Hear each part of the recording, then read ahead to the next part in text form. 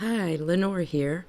And together we're going to record these 5 transactions. And this is actually a practice exercise denoted by PE 1-4. So this is in your chapter, at the end of chapter 1 on page 30. So go ahead and turn to that example, or actually exercise, and we'll do it together. So they've asked us, the authors have asked us to set up the following equation: assets, liabilities, stockholders' equity. Let's talk about dividends plus revenue and expenses. Dividends is what we call a contra equity account, meaning that it moves opposite. As you can see, it has a minus sign here. Equity. So where stockholders' equity is the investment in the company, dividends is the investment that the company gives back to stockholders. So we call that a dividend. They give money or they give additional stock. And this problem asks us to note what happens at each transaction. And they give us the first one. So let's do that first one. So we received cash. That means cash came in.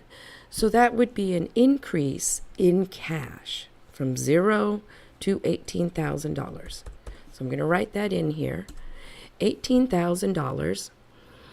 In exchange, that means we're receiving cash for something else. So we're giving our investors something.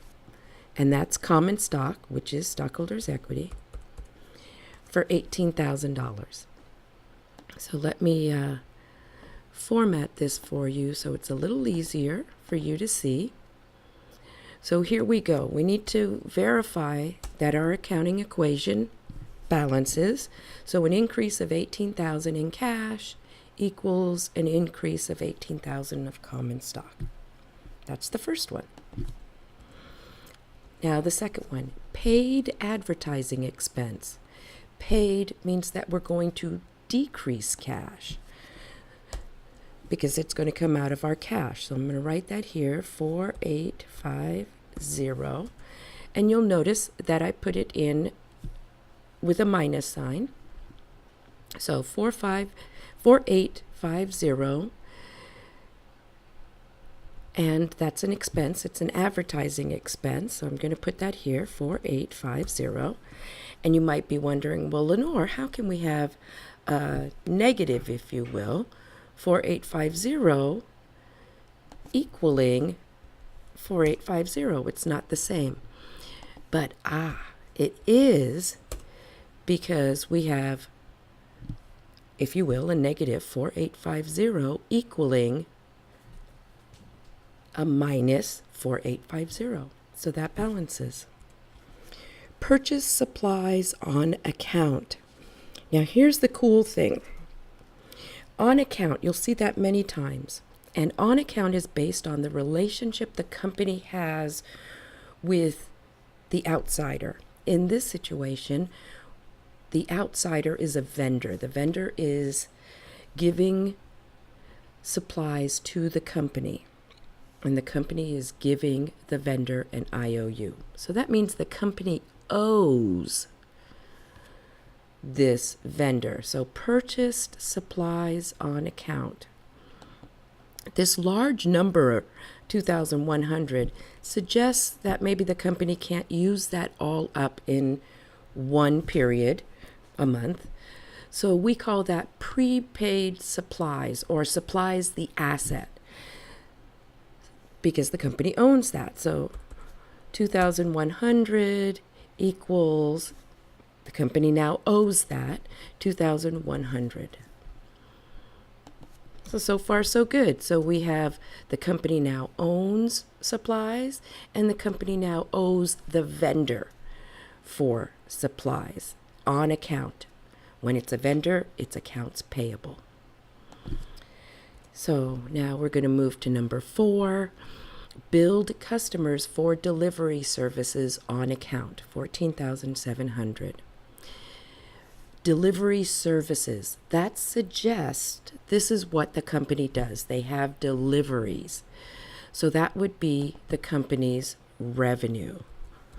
14,700.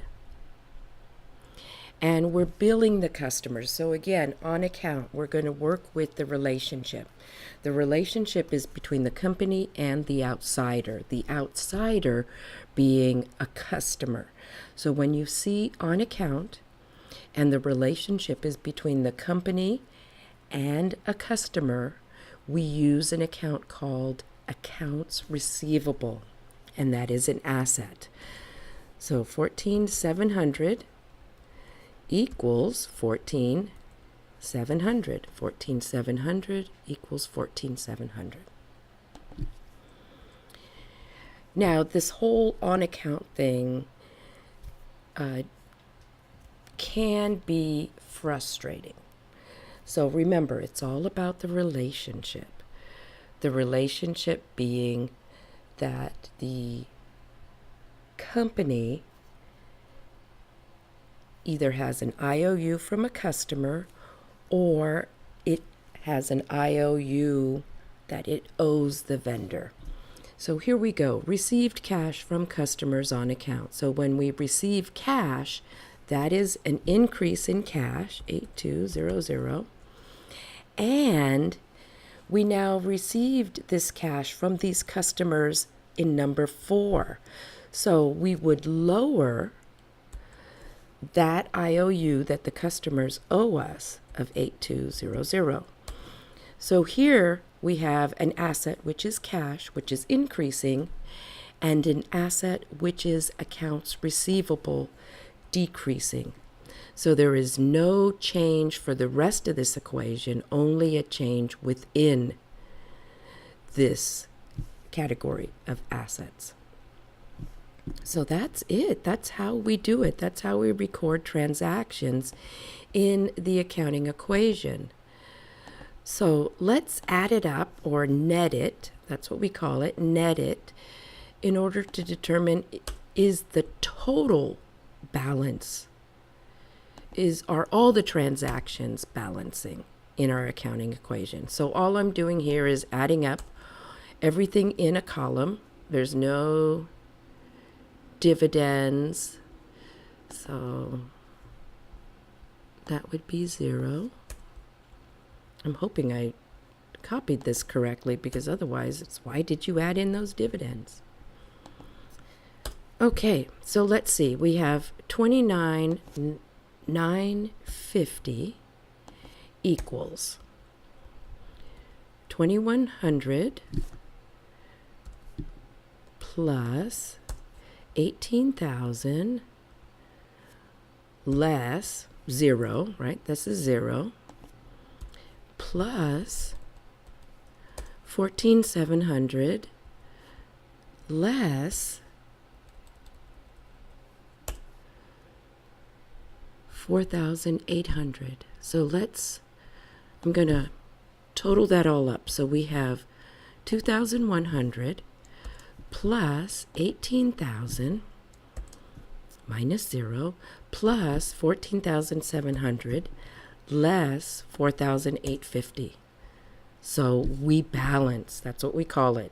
Assets 29,950 equal liabilities, equity, revenues, and expenses of the same 29,950. So this is awesome. We've done our job. So that is practice exercise 1-4. It's on page 30. So this is what we're going to be doing. All right. With that, Lenore out.